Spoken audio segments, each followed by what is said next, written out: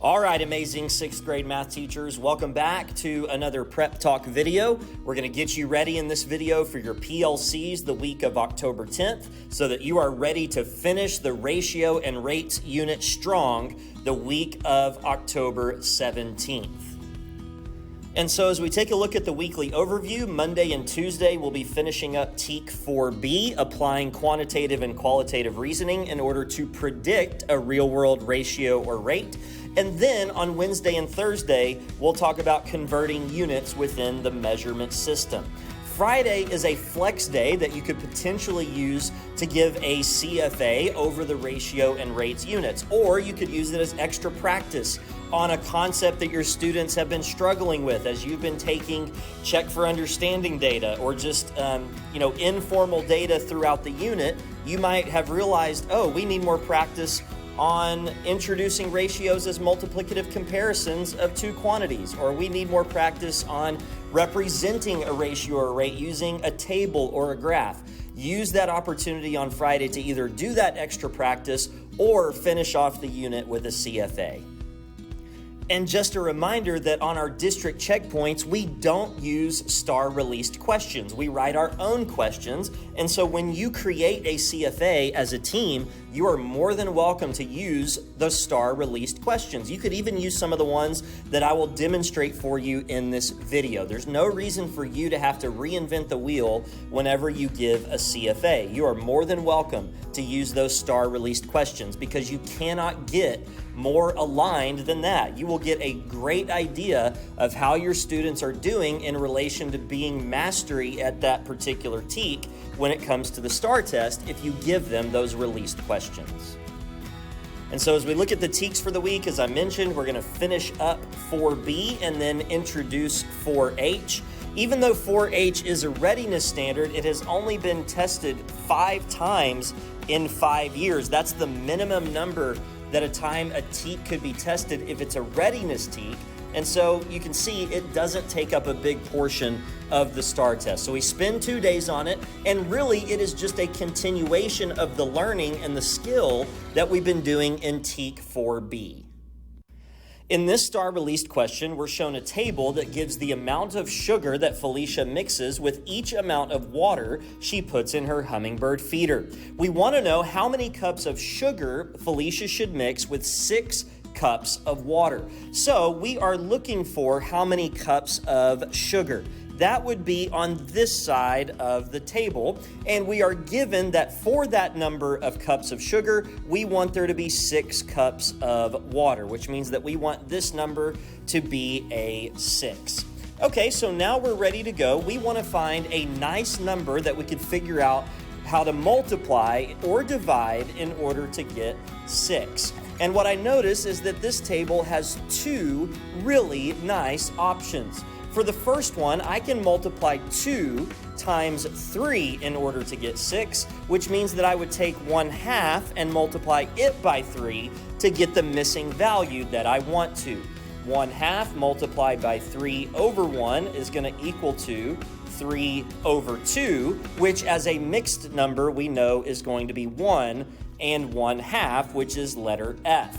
I could just as equally have done 3 multiplied by 2, and then 3/4 multiplied by 2 in order to get the same result. Now be careful, because when students write down 3/4 times 2, what they might accidentally do is multiply the 2 by the 4 and get an answer of 3/8. And dun dun dun, letter J is 3 over 8. So be careful with that. You want to make sure that students are doing the multiplication of the fractions correctly, and we want to make sure that this is not a conceptual issue, but it's an arithmetic issue. So be on the lookout for that as students are working problems. Are they missing it because they're not sure how to set it up, or are they missing it because of the arithmetic? And once you have that information, you'll be able to adjust and coach that student accordingly to their needs. Here is one final example where students have to extend the table in order to answer the question correctly. But you'll notice that I don't even have a table, and so I've got to start from there. A grocery store clerk put only packages of flour tortillas and corn tortillas on a shelf. The ratio of the number of packages of corn tortillas to the total number of packages on the shelf was 7 to 16. And so what I'm going to start writing down is corn, and then I'm going to put over here total. And so what we know is that for every 7 corn tortillas, there were 16 total tortillas. And so that allows me to figure out how many flour tortillas there should be in this particular given ratio. If there are 16 total and 7 of them are corn, then that means that 16 minus 7, which is 9, is going to be the number of flour tortillas in that particular ratio. Now, in order to extend this table, we just start multiplying by our numbers. So if we multiply by 2, that means we could potentially have a set of 14 corn tortillas, 18 flour tortillas, which would again give us 32 total packages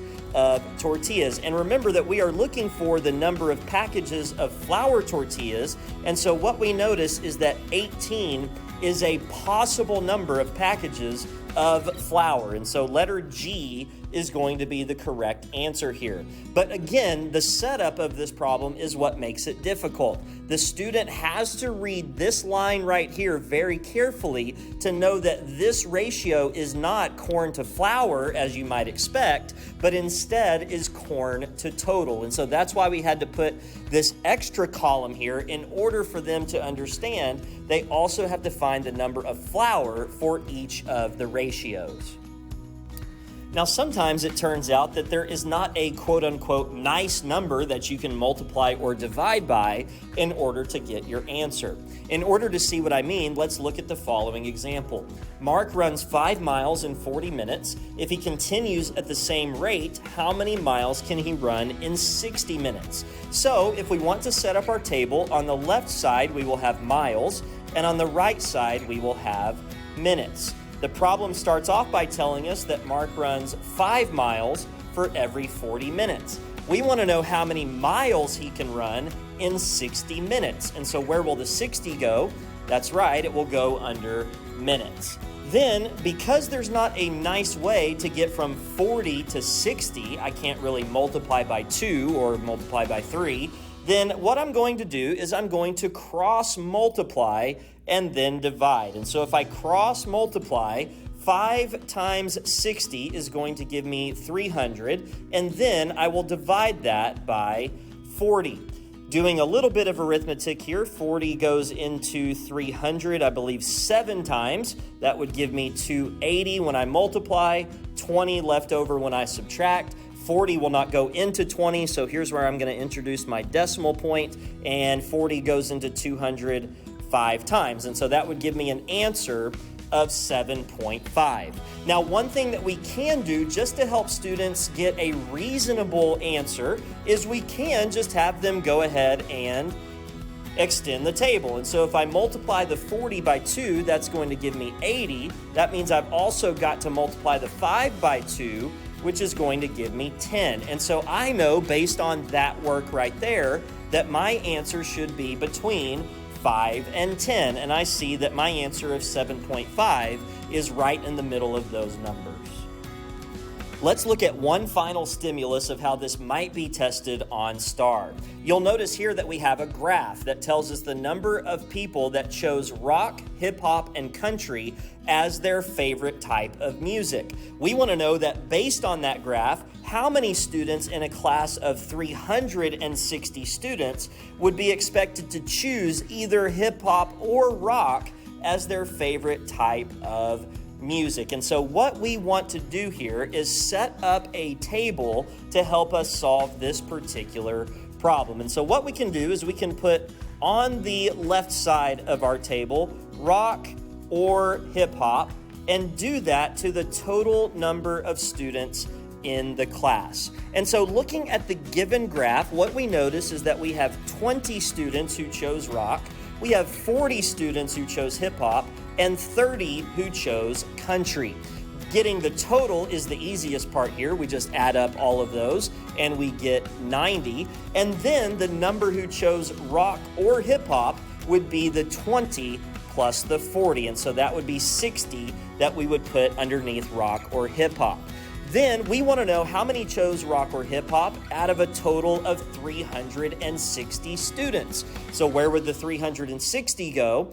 It would go under total. From there, we would either have to cross multiply and divide, or what you could notice here is that we can easily get to 360 by multiplying 90 by 4. And so if I do the same thing over here, 60 times 4 is going to be 240, which gives me answer F as the correct choice. As we move into our next TEK that we will cover on Wednesday and Thursday of this week, you will want to make sure that your students have a copy of the reference materials. And so if you haven't gotten a chance yet to give them that reference materials document, now is the time to get those bad boys out. Let's look at this first question. Again, this is a readiness TEK. It's tested about one time every year. Can't be tested fewer than that. Can definitely be tested more than that, but right now it is at the minimum when it comes to a readiness TEK, just the one time per year for the last 5 years. The wingspan of an adult bald eagle can be 7 feet. What is the wingspan in inches? And so this is going to be very similar to the skills that we just demonstrated with the table from the previous TEK. And so what I'm gonna do is I'm gonna put the quote unquote bigger measurement on the left side of my table. And there's a reason for that that will become evident when we work the next problem. But I'm going to put feet here on the left, and on the right, I'm going to put inches. And the first thing that I'm gonna do is look at my reference chart, my reference materials document, and find feet, or in this case, foot. We are told pretty straightforwardly that 1 foot is equal to 12 inches. And so I'm going to write that down. 1 foot is 12 inches. We are told that the wingspan of an adult bald eagle can be 7 feet. So where is the 7 gonna go? The 7 is gonna go under feet. And so in order to get the number that goes under inches, what I noticed is to get from 1 to 7, we multiplied by 7. And so we're gonna multiply this number by 7 as well. And 12 times 7 is going to give us an answer of 84 inches. So as you can see, it's very similar to the concept that we just talked about when we were making those predictions, but now we're gonna have to get that first ratio from the reference materials in order to do our conversions. For this problem, we're told that a can contains 24 fluid ounces of fruit juice. How many pints of fruit juice does the can contain? Again, students will need to write the quote-unquote bigger measurement on the left. It may not be totally clear to students whether a fluid ounce or a pint is bigger. So you may want to consider having an anchor chart in your room where you talk about that. Or you can just point out that on the reference material, the bigger unit, quote unquote, is always on the left. And so as I search here under customary for volume, I see that I have pint right here and fluid ounces is over here. And so I know that pint is going to be bigger, and that's what I'm going to write on the left of my table. Pint and then fluid ounces. Okay, so on my reference material, I'm going to find pint. Here it is right here.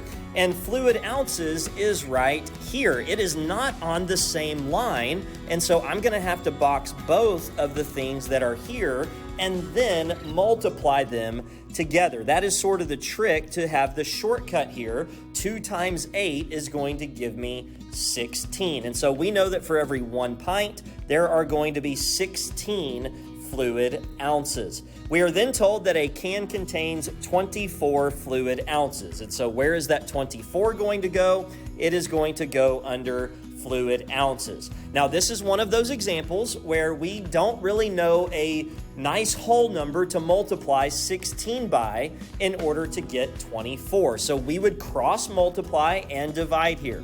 24 times 1 is going to be 24, and then divided by 16. Well, that is not a whole number, and so I know that A and B are automatically out. 24 divided by 16. Well, 16 goes into 24 one time with 8 left over, and so that would give me 8/16 remaining, which of course would simplify to be 1 1/2, or letter C. The final released question we'll look at in this video is very similar to questions that students will learn how to solve on Thursday. And in fact, the last question that they do in their practice on Wednesday will be sort of a pre-assessment to see how well they understand going into Thursday how to solve problems such as this. The length of a marathon race is 26 miles, 385 yards. We want to know the total length of the marathon race in yards. And so what students need to know is that we're going to leave that 385 alone for now, but come back to it at the end. We need to start by converting the 26 miles into yards. And so again, when we set up our table, we want the quote-unquote larger measurement to be on the left and the smaller measurement to be on the right. And since a mile is further than a yard, mile is going to go on the left. What we see then in our table is that we have a unit rate or a conversion between miles and yards, that every 1 mile is 1,760 yards. We want to know how many yards are in 26 miles. And so wherever the 26 go, that's right, it will go underneath miles. And so how are we going to get the number of yards?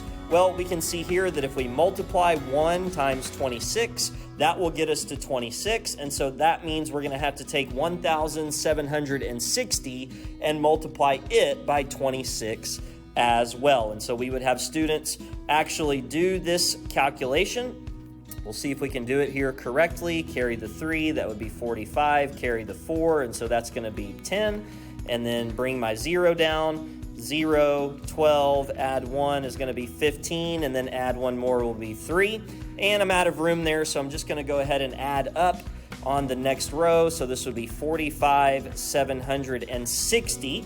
And what I notice is that this is not an answer choice. And so what we have to remember is that not only was the marathon 26 miles, but it was also 385 yards. And so that is going to be the part that students forget about if they're not careful. Thankfully, 45,760 was not an answer choice, but now once they do this addition, carry the 1, so that's going to be 1, carry the 1 is 6, with the 4, 46,145, letter B is the correct answer.